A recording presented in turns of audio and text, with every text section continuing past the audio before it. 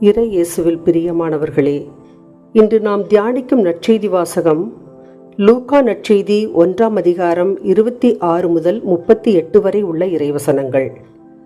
வானதூதர் மரியாவுக்கு தோன்றி, அருள்மிக பெற்றவரே வாழ்க, ஆண்டவர் உம்மோடு இருக்கிறார், இதோ கருவுற்று ஒரு மகனை பெறுவீர், அவருக்கு இயேசு என்னும் பெயரிடுவீர் என்று இறைவசனம் 28 மற்றும் 30 வாசிக்கின்றோம். மரியாள் அசாதாரண பணிக்காக கடவுளால் தேர்ந்தெடுக்கப்படுகிறார். இந்த வார்த்தையை கேட்ட மரியாவின் 4 விதமான மனநிலையை இன்று நாம் தியான சிந்தனையாக எடுத்துக்கொள்வோம். முதலாவதாக, இறைவனின் வார்த்தையின் மீது ஆழமான நம்பிக்கை.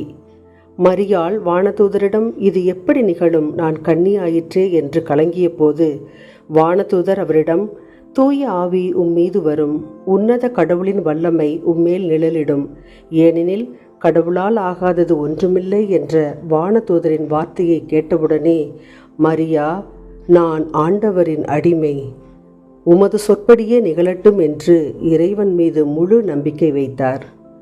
இரண்டாவதாக, கடவுளின் திட்டம் மரியாவில் செயல்படுவதை உணர்கின்றார். எதிர்பாராத நிகழ்வு மரியாவின் வாழ்வில் நிகழ்வதை அமைந்த மனதோடு இது கடவுளின் திட்டம்தான் என்பதை அவர் விரும்பி ஏற்றுக்கொள்கின்றார். மூன்றாவதாக, பணிவுடன் கூடிய கீழ்ப்படிதலை மரியாவிடம் காண முடிகிறது.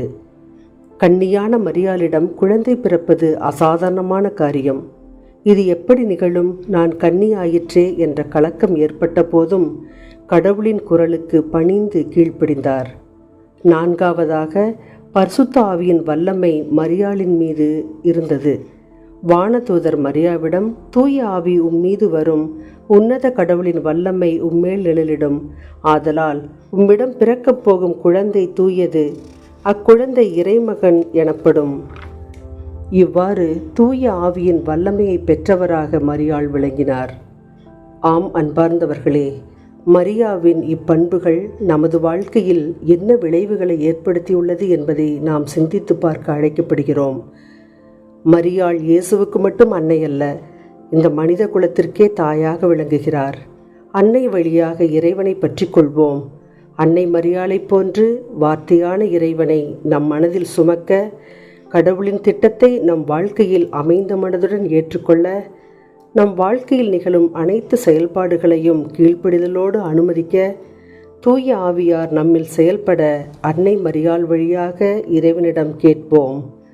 அன்பு, பகிர்வு, மன்னிப்பு ஆகியவற்றில் கருத்தாயிருந்து இறைவனை அடைய, இறைவனை பிறரில் காண, அன்னை மரியாவின் இதோ ஆண்டவரின் அடிமை என்ற வார்த்தையை நமது வாழ்வாக்குவோம். இறைவனின் திட்டத்திற்கு அன்னை மரியாள் ஆம் என்று சொன்னதால்தான் இயேசு பிறந்தார், திருச்சபை தொடங்கியது. கடவுளால் அனுப்பப்பட்ட வானதூதரே அன்னை மரியாளை பார்த்து அருள் நிறைந்தவள் என்று கூறும் வகையில் மரியாள் பாவமில்லாமல் தூய்மையான வாழ்க்கை வாழ்ந்தார்.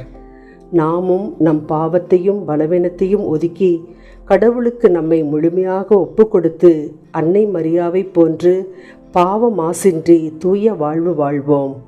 அனைவருக்கும் என் திருநாள் வாழ்த்துக்கள்.